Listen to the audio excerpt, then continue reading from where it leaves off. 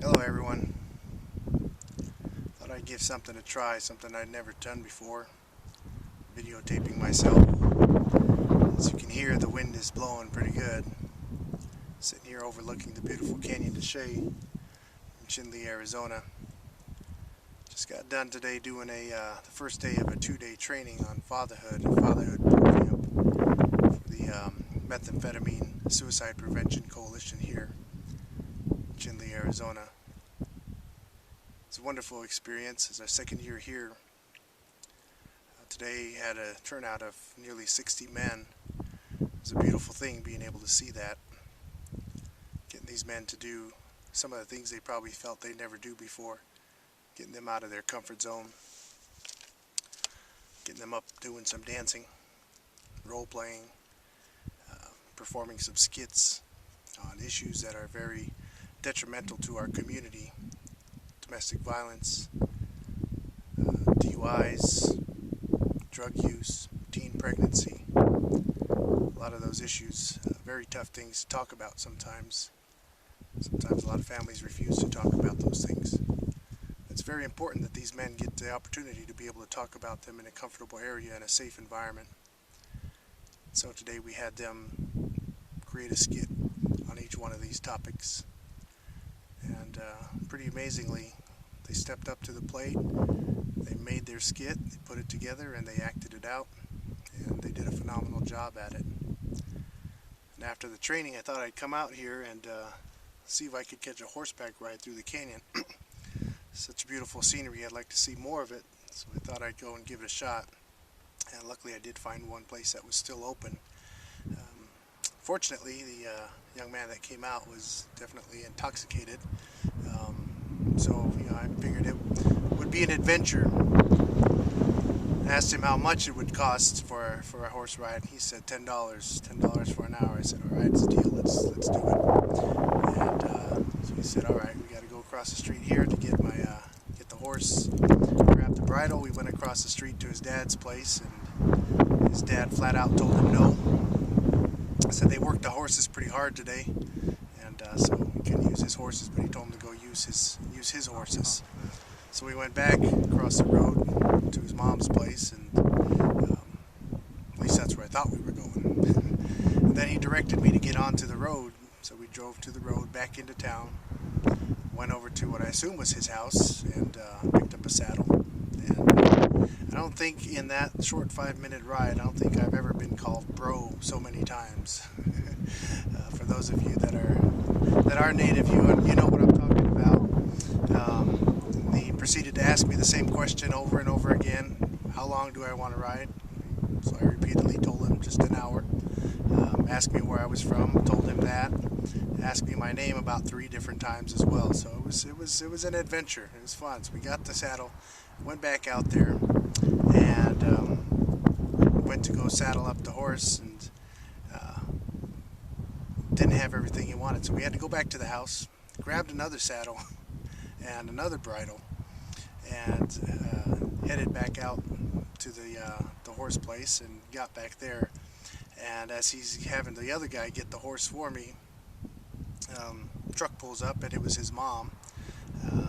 Pulled up next to him and proceeded to let him have it. Just kind of got after him right there, and so I assumed at that point we weren't going to go for a horse ride. And she was speaking to him in Navajo, so I didn't understand what she was saying, but I did understand the word cops. And I guess they had called the cops on him, told them he was taking the saddles. They didn't know where they were taking. They obviously didn't recognize my car, so they got after him a little bit more, and this poor guy just stood there and listened and bowed his head, and there's really not much he could say about it.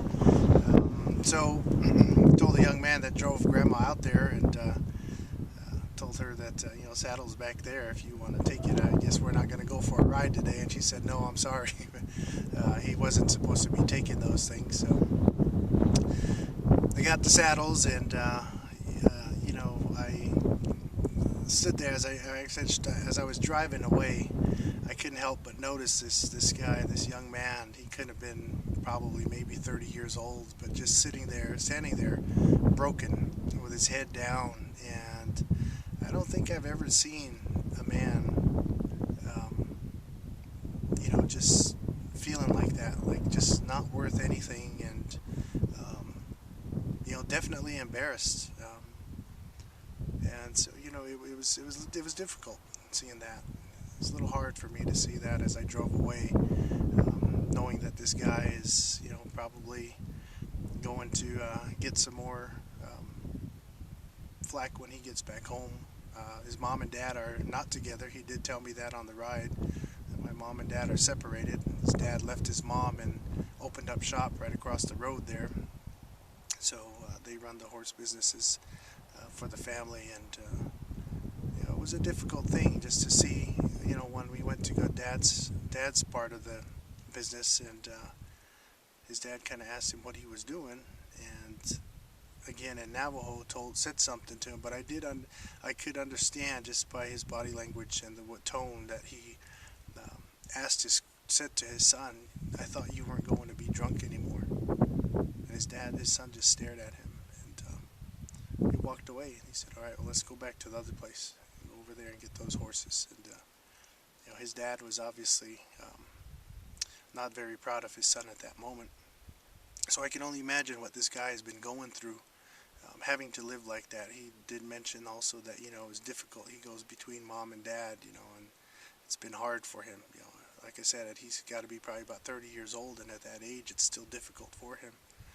And to have your dad, kind of put you down like that in front of somebody else is, got to be a blow to the confidence, to the spirit.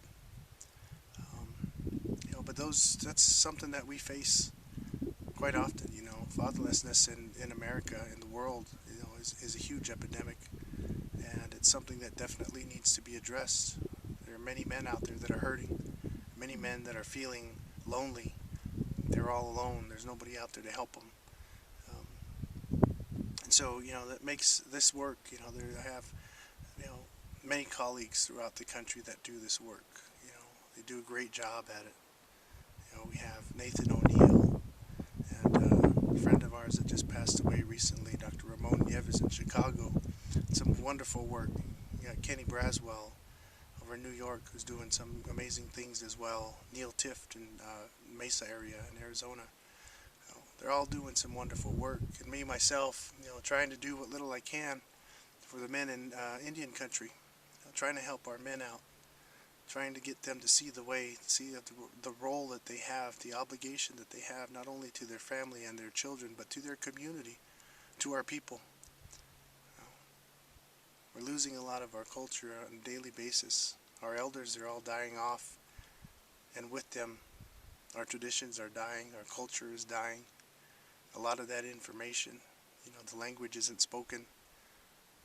And for a lot of things, that's the only way we can transmit a lot of that information is through our language, because a lot of the things, they don't translate into the English language, so you can't get that once that's gone. And it's very difficult, seeing these things and just sitting out here and looking at this view and seeing what a beautiful area this is, and driving through town and seeing that it's not so great there. The people are hurting. So today's training, it was wonderful. It was great to see these men up there, older men, some of them that I would call our elders, 60, 65 years old, up there with these young men, acting out skits about teen pregnancy, things that they probably never thought they would ever do. There's a little bit of reluctance, but they did it. They did it together, and it was wonderful. It was great to see that these men can pull together and accomplish great things, and have fun doing it and appreciate it. So I'm looking forward to tomorrow. I'm looking forward to going back again. Last year was a wonderful experience, and this year is even better.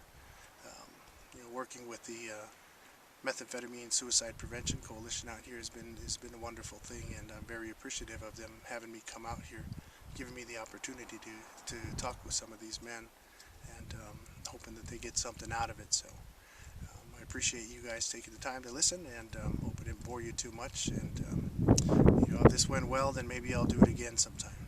Thank you.